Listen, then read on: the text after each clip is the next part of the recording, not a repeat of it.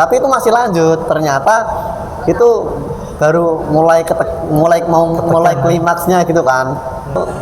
Aku rada bingung ya milih mana yang terbaik karena akhirnya mengungkap salah satu plot twist terbaik bahwa jadi itu bisa dipraktekkan. Terus habis itu ada berita terinspirasi dari film.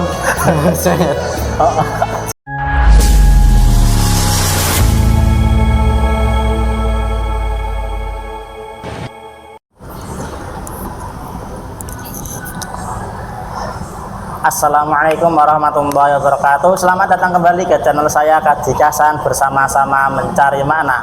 Di sini kita ada di Queen City.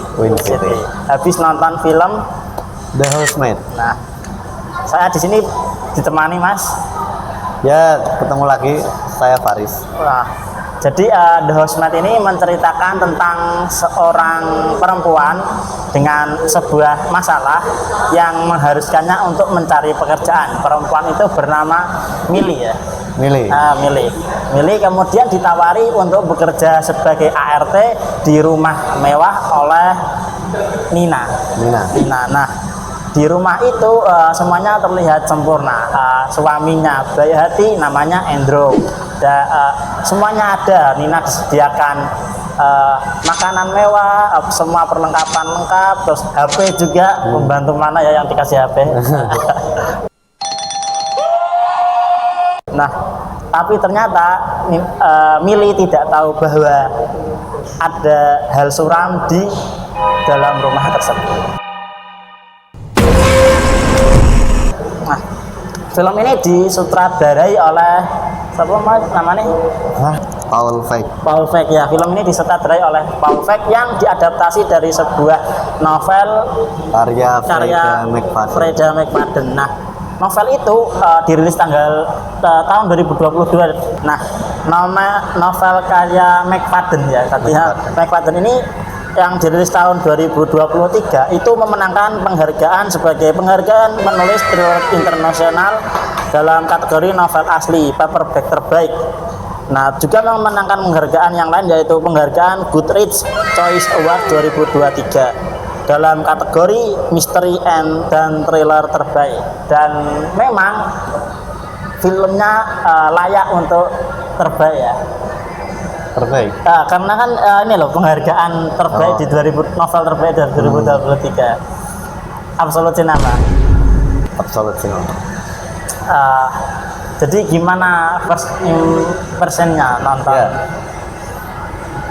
First impression saya, kesan pertama saya setelah nonton film The Madhouse ya. Housemaid itu Absolute Cinema. Tontonan yang menakjubkan dari Paul Feig. Paul Feig di awal tahun di Januari 2026 ini mengawali tahun dengan film yang bagus. Sebenarnya gak awal tahun sih. Filmnya akhir Desember. Oh iya, akhir Desember. Ya maksudnya kan kita nontonnya kan awal ini ya, awal tahun. Terus ini kalau saya itu film pertama di tahun 2026 dan langsung disuguhi film Absolute Cinema. Nah, Mas Hasan gimana? Kesan pertamanya? Kesan pertamanya pas pertama Mas Faris ngajak nonton, ayo nonton Housemaid. Emang filmnya tentang apa? Tentang perselingkuhan. Nah, jadi tak anggap mungkin kayak Ipar Adalah Maut. Tapi ternyata tidak sesimpel itu. Tidak semudah itu, Ferguson. Kalau Ipar Adalah Maut kan karakternya cuma 3 ya, si laki-laki, si suaminya, istrinya dan adik iparnya.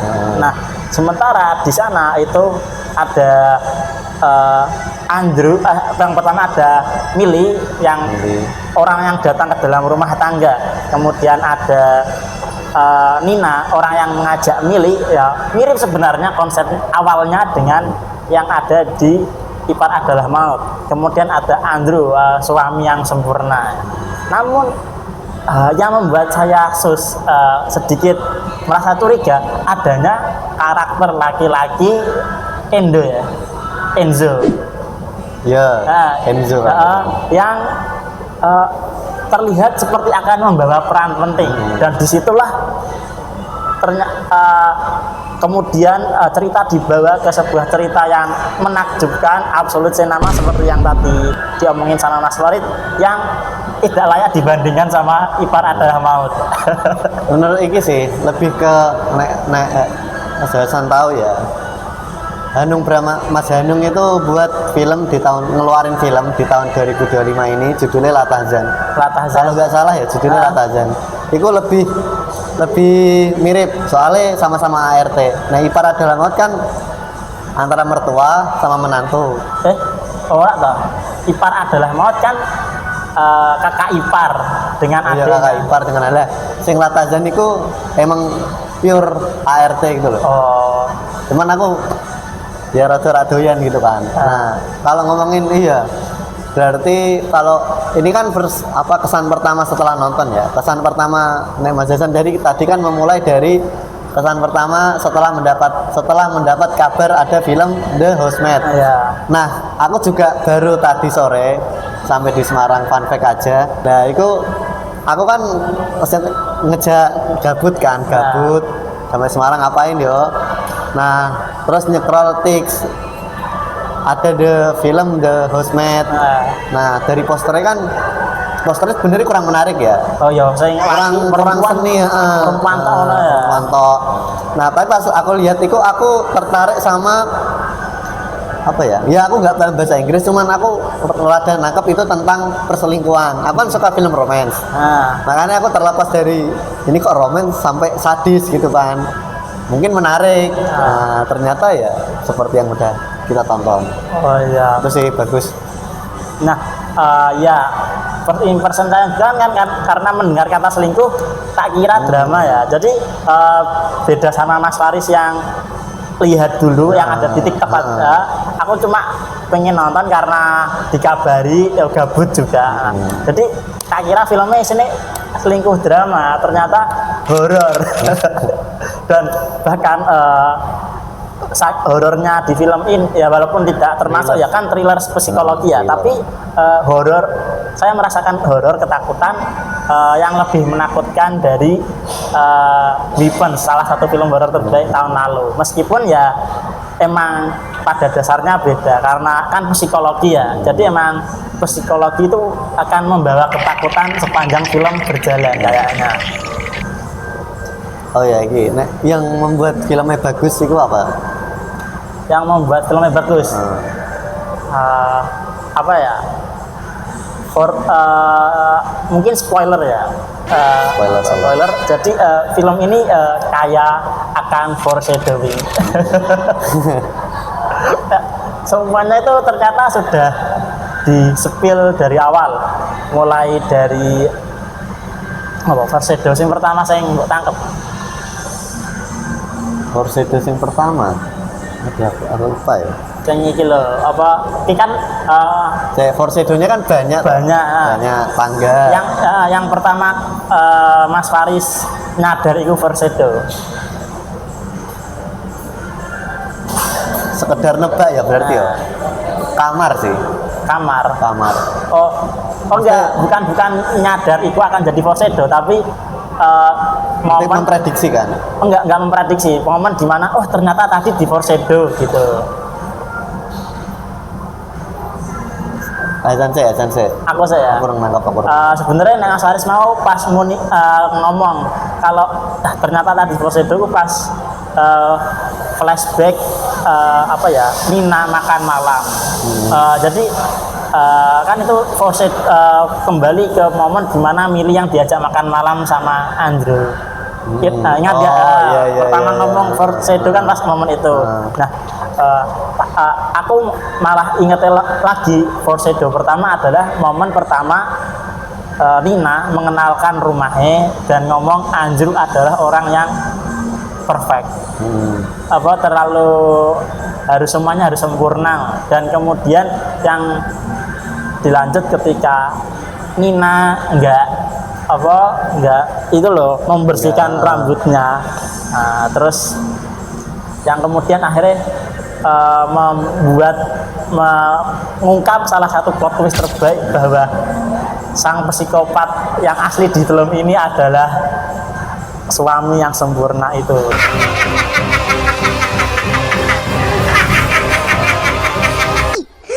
Kayak berlebihan sih nek ngomong apa plot twist terbaik Di film ini. Oh, terbaik di film ini.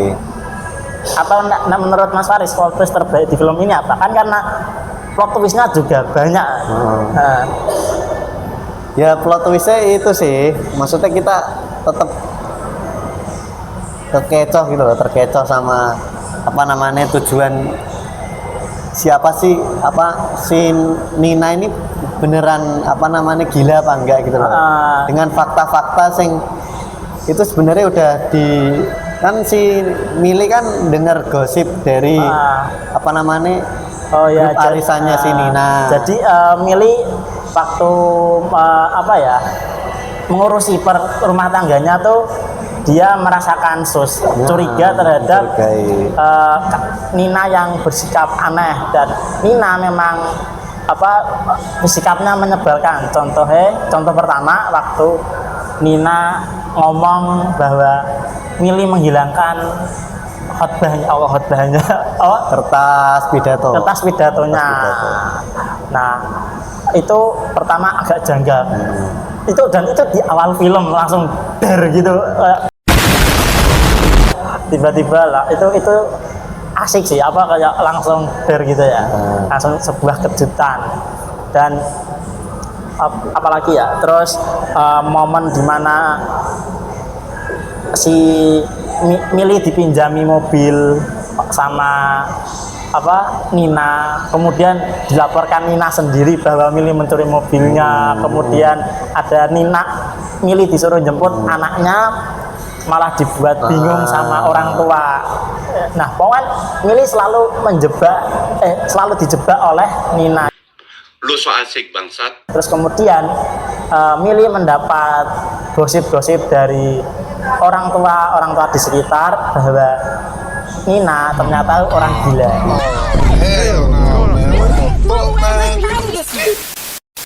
Terus dan beberapa melakukan perilaku buruk terhadap anaknya, terhadap masa lalu keluarganya juga.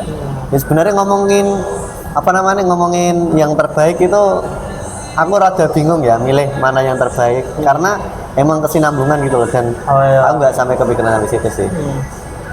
Mungkin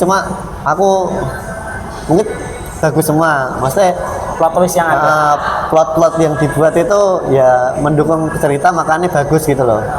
Kalau misalnya gagal ya ceritanya aku nggak mungkin bilang absolut gitu kan. Ya maksudnya ini film yang buat otak-otak cetek kayak saya itu bahkan keren gitu loh. Maksudnya paham kan, nggak perlu kayak film sing kayak The Godfather atau sing berat-berat gitu loh. Maksudnya ini film sing berkesan, tapi nggak perlu ring bahasanya lah, pokoknya mudah dicerna. Berkesan tapi nggak terlalu mudah dicerna. Iya sih.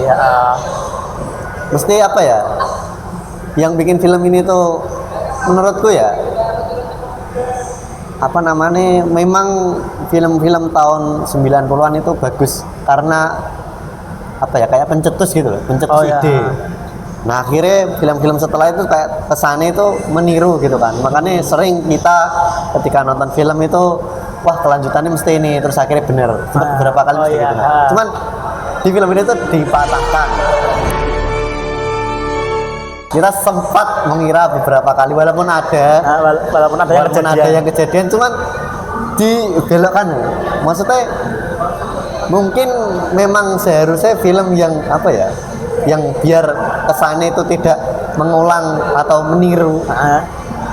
Nah itu harus kayak gitu loh. Maksudnya ada kayak kita mesti habis ini kayak gini. Ternyata tidak semudah itu Ferguson.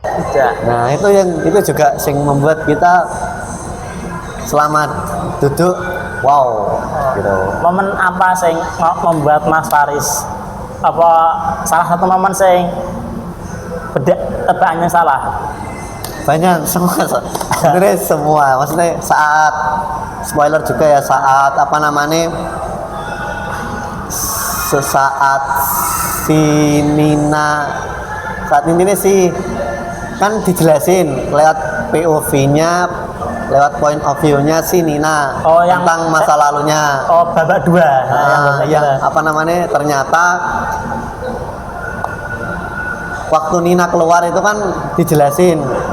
Ternyata itu semua rencana dari si Nina. Nah, termasuk si Nina yang udah pernah masuk di ruangannya si Mili, ruangan pembantu yang di lantai atas yang menjadi penjara. Nah, itu kan aku ngirane si Mili intinya aku udah ngarep film mau berakhir di situ karena mau klimaks, karena kan udah dijelasin. Udah dijelasin panjang lebar oleh si Nina. Biasanya kalau seperti itu kan film-film udah rata-rata udah selesai kan.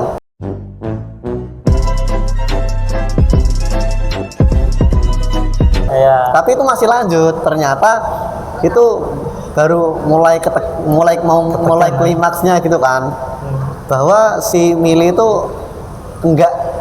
enggak menjadi korban kedua si Andrew kayak mau diperbudak atau di penjara seperti si Nina, tapi malah Mili itu melakukan perlawanan menusuk lehernya si Andrew, membuat membalikkan keadaan lah bahasanya.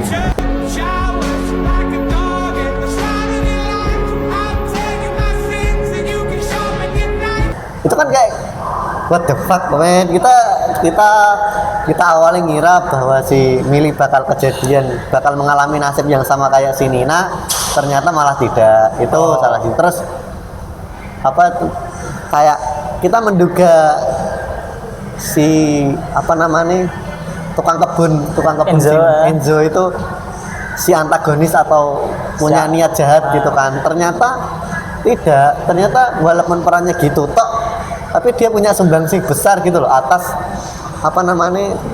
rencana kabur, membantu rencana kaburnya si Nina. Walaupun gagal. Ini nih banyak yang dibelokin gitu. Kalau terus juga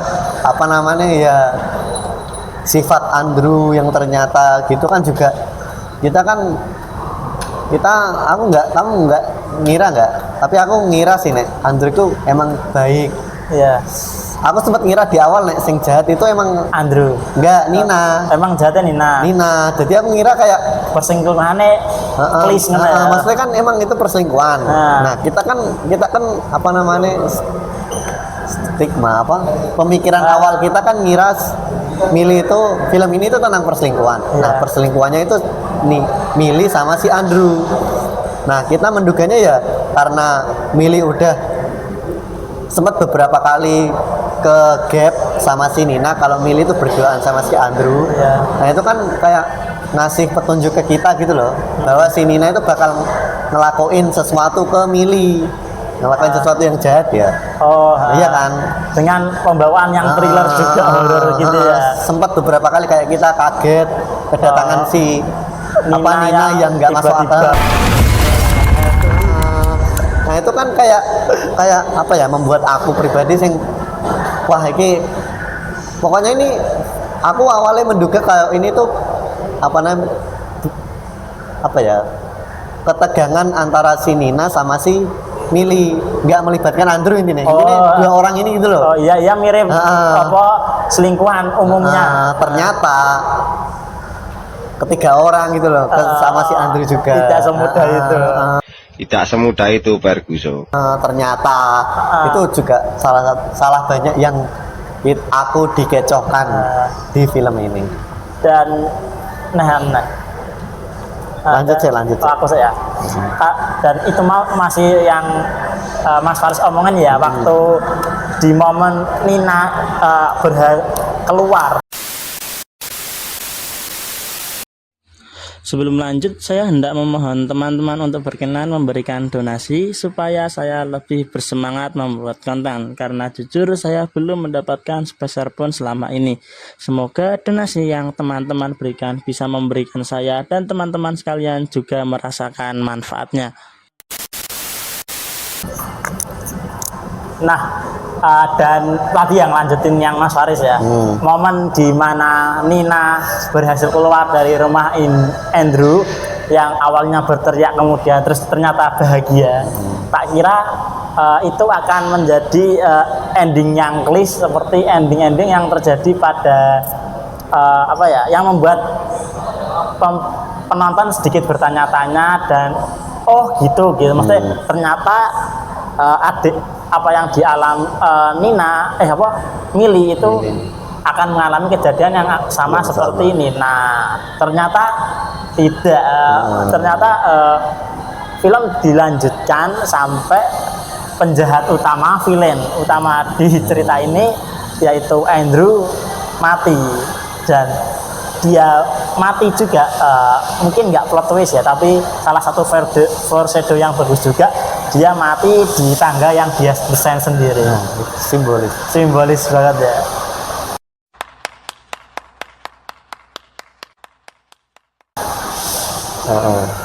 Ya kita beberapa kali ya berharap film maksudnya mengira filmnya udah selesai, ternyata iya, oh ya beberapa kali ya kejadian ya, sampai kita di bioskop tadi tuh anjing filmnya gak barbar. malah yang paling emang beneran ending itu aku nanggepnya masih lanjut loh pas pemakaman itu kan si ibunya kan itu kan kayak nunjuk si Mili kok perempuan itu ini kok datang ke sini berpakaian kayak gitu. Tak kira intinya lanjut si Nina itu apa namanya lawan si ibunya, tak kira karena atau ibunya juga sus gitu ya. Ibunya kan sempat melontarkan apa ya melontarkan sindiran kepada si Nina yang didengar teman-teman gosip si Nina. Oh iya, waktu dia ngomong kok bisa jatuh dari giginya copot gitu. Itu kan tak kira bakal lagi kan, bakal mau lawan orang banyak. Tak kira malah ya semenjak ada tulisan keluarganya Nina, keluarganya Andrew apa ya, lupa. Ya ini itu bakal ada diliatin shoot waktu ada pemakaman itu kan ada kayak itu kan. Tak kira itu bakal mau ada pembalasan si keluarganya si Andrew, keluarga besar Andrew ke si Nina. Ternyata itu udah selesai. Tapi emang durasinya wes habis sih. Jadi dan dan tadian saya ngomongin tentang sebuah plot yang sebuah kejadian itu dialami sebuah karakter yang sebelumnya pernah terjadi pada karakter sebelumnya. Dan pas Mas Faris nebak bahwa Mili adalah ternyata Algojo. itu salah satu plot twist, meskipun disupport dengan celutukannya Mas Faris. Ternyata plot pengulangan itu namanya apa ya, saya nggak tahu. Mungkin teman-teman yang tahu bisa ngomen. Itu ternyata nggak pada penyiksaan yang dilakukan Andrew, tapi pembunuhan Algojo yang dilakukan oleh Mili.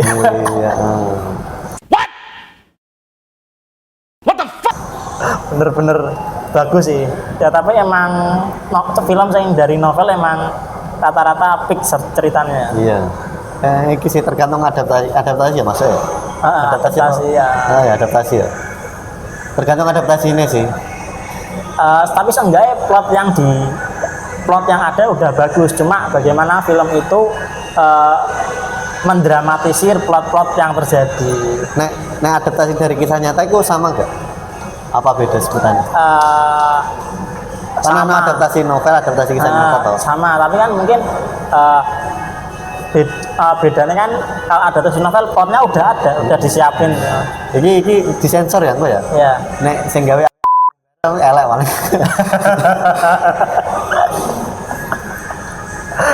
Tapi kan emang dia dari kisah nyata, enggak dari iya kisah nyata makanya kan. Maksudnya kan tergantung apa namanya? Iya. Tergantung sutradara ini dan sutradara iki jenis soalnya aku gak kenal ya film-film sutradara sing buat film ini tuh sebelumnya belum pernah nonton, dan ini baru pertama kali dan top. Nggak tahu nanti bakal jadi orang-orang bakal sepakat sama enggak, tapi kesan pertama kita nonton film ini keren ya. Maksudnya keren banget.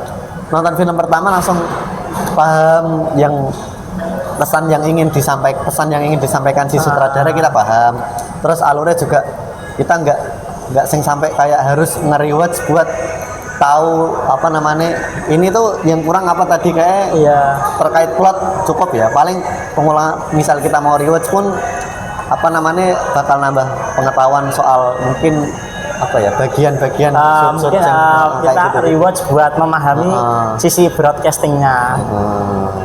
Nah, shootnya kasih tahu setelah angle apa sih sinematografi ini. ya bagus aja sih. Ya emang apa ya, nggak perlu ada yang dikomeni sih, emang udah bagus banget. Tapi kok pengaruh zaman apa emang sudut yang diambil itu bagus gitu loh. Maksudnya kan ada, kalau ngomongin zaman kan ngomongin perkembangan kamera, perkembangan digital kan emang udah seharusnya bagus. Tapi apa namanya ada gitu loh film yang emang kayak beberapa reviewer kan ngomong kayak scene ini dengan sinematografi ini memberikan pesan ini. Terus ada juga yang emang shootnya ini ada artinya, atau shoot ini tuh emang bagus dalam segi apa kayak emang di apa namanya Diatur pelajaran sedemikian rupa. enggak, maksudnya teorinya sesuai teori itu bagus, kayak misalnya apa ada angle-angle kamera yang sesuai lah, mungkin bisa dijelasin gitu. Ya itu mungkin anak-anak jatah-jatah anak-anak KPI yang jurusan broadcasting, Broadcasting. ya. Saya apa jenis Jurnalistik. enggak konsentrasinya. Saya konsentrasi jurnalistik. Jadi saya kurang paham dari sisi broadcasting. Nah, mending kita ngomongin sisi pesan karena anak dakwah ya. Jadi kita nggak sok tahu ya. Kita nggak tahu. Kita bicara dari sisi anak dakwah saja ya. Anak dakwah. Pesan apa yang kita dapat dari film ini? Siapa saya? Oh saya. Aku saya. Ini sih sopan, jaga sopan santun Anda di rumah orang yang baru Anda kenal. Siapa ini? Milih. Sumpah dia kurang ajar banget. Itu momen kedua dia datang manggil Langsung iya. manggil majikannya jangkar itu. Terlepas dari itu dia langsung nyelonong ke dapur aja. Terlepas dari masa lalunya yang membuat sifatnya seperti itu ya. Tapi itu nggak sopan. Maksudnya kita kan berbicara pesan itu nggak sopan, tetap ya. Terus jangan don't judge by its cover. By itu karena kita ngirane si Enzo itu jahat, ternyata baik. Andrew itu baik ternyata jahat. Nah, Andrew baik ternyata jahat. Terus ini loh tukang kebun Enzo itu baik. Kita ngiranya ini. Kita ngiranya mencurigakan jahat, ternyata baik. Terus juga apa namanya? Ya jangan menaruh apa ya? Tetap berhati-hati gitu loh sama orang yang baru kita temui. Ya kan, maksudnya memang di film itu kita di dunia inilah kenyataannya kita tetap butuh yang namanya duit, pekerjaan buat menunjang hidup kita, tapi tetap berhati-hati itu nomor satu. Terus apa lagi ya pesannya? Jaga aurat, jangan selingkuh, jangan berpakaian di rumah orang itu yang sopan. Ya itu sopan, pokoknya sopan itu. Sopan itu tetap ya di zaman manapun 2026 ini ya, bahkan sampai 2000 pira ya 3000 bahwa tetap harus sopan. Adalah versi Islamnya gimana ya, San? Astagfirullah. Ya yang nggak terlalu Islam ya, saya juga nggak hafal-hafal dalilnya. Tapi yang pertama melanjutkan yang harta tadi, momen yang membuat saya sesek ya itu pas Nina menangis kalau mending hidup bersama anaknya Cece, berkekurangan daripada hidup bergelimangan harta tapi menderita. Terus yang paling berbekas pada saya juga pada dasarnya manusia itu tidak bisa menuntut kesempurnaan. Kita tidak bisa menuntut kesempurnaan pada orang lain. Bahkan ternyata pada diri sendiri. Andrew kan menuntut kesempurnaan pada Nina, dan ketika Nina tidak berhasil melakukannya, dia memberikan konsekuensi yang mengerikan. Kemudian Nina diusir, Millie mendapatkan kesempatan menjadi istrinya, tapi Millie melakukan kesalahan yang tidak sempurna, akhirnya membuat Andrew marah, menghukumnya lagi, dan ternyata hukuman Andrew ini berlebihan ya, tidak sempurna lah, tidak adil karena kesalahannya cuma segitu, dihukumnya seperti itu. Akhirnya Andrew mendapatkan batunya. Terus ini juga walaupun disampaikan lewat Andrew ya, itu mengibah sebenarnya bahwa ini pesan atau enggak ya, tapi maksudnya manusia itu sebenarnya selalu punya kesempatan. Nah, dia mengambilnya atau tidak kan pertama kan pertama si Andrew yang waktu sama Nina, dia mengingatkan untuk membersihkan rambutnya. Nah, itu diberikan kesempatan. Alih-alih Andrew langsung mengurung Nina di dalam kamar. Nah, termasuk salah satu bahwa manusia itu diberikan kesempatan, meskipun ya agak psikopat, jadi tersamarkan pesan itu. Iya. Pesannya bagus. Sayangnya Andrew gitu loh. Paham kan? Sayangnya datang dari Andrew ya. Sayangnya Andrew. Yang mungkin akan menjadi sebuah ironi ketika sebuah pesan yang mungkin saya anggapnya mahal ya, tapi datang dari salah satu karakter paling mengerikan dari sebuah film. Ini ketinggalan nih, Geng. Nggak tahu ya, foreshadow apa enggak. Waktu Millie mecahin piring, kan sebelumnya kan udah dijelasin kalau Nina buat kesalahan dihukum. Maksudnya kan bentuk hukumannya itu dikurung, terus ya dengan keanehan-keanehan yang disuruh sama si Andrew. Nah, waktu mecahin piring apa namanya atau apa bahasanya? Nampan. Enggak, peninggalan. Atau kayak apa pemberian dari ibunya. Pemberian dari ibunya lah pokoknya itu kan si Millie sempat bilang hukum aku. Nah itu kayak boleh menghukum aku. Nah itu ikutnya foreshadow apa enggak? Kan sampai setelah itu kan dari dia ngomong itu sama disuruh apa namanya bersihin. Nah itu kan tapi nggak dilakuin si Millie, malah dibiarin. Terus akhirnya dihukum. The foreshadow sih. Oh iya, sebenarnya yang tadi ini yang peringatan dari Andrew, saya bahwa ini lucu nggak ya, tapi teringat dari Kitabatul Mu'in yang kita kalau ngingetin orang sholat. Jadi kalau anak udah cukup umur, kalau diingetin sholat, pertama diingetin, terus kedua diingetin lagi, ketiga kalau masih nggak berangkat dia dipukul. Jadi nah kayak yang Andrew pertama dia ngingetin pagi hari sama Nina, terus yang kedua di malam harinya kamu kok belum ini, besok saja. Berarti kalau kamu udah disuruh ya berangkat, udah diingetin 2 kali. Terus kayak si Millie kan pertama mecahin. Malam harinya ketika Andrew pulang ditanya, loh kamu nggak bersihin? Masa udah kamu pecah nggak bersihin? Millie malah enaknya ngomong, aku takut tanganku terluka.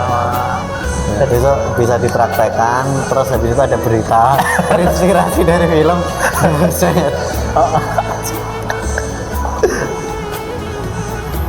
Siapa lagi?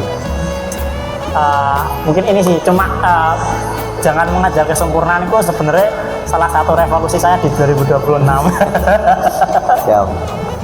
Jadi menggugah sekali. Ya, itu just filmnya. Ditonton mumpung ada di bioskop teman-teman. Ya, berarti apa ya? Film ini layak enggak ditonton buat subscriber Kaji Kasan? Layak banget. Nah, dan teman-teman yang udah nonton jangan lupa untuk memberikan kesan-kesannya di kolom komentar. Lagi Mas Haris? Udah. Sekian dari saya Muhammad Hasan. Faris. Kami pamit undur diri. Jangan lupa untuk like, share, komen dalam video ini. Jangan lupa untuk subscribe channel Dikasan. Sekian, wassalamualaikum warahmatullahi wabarakatuh. Waalaikumsalam. Jangan dilaporin.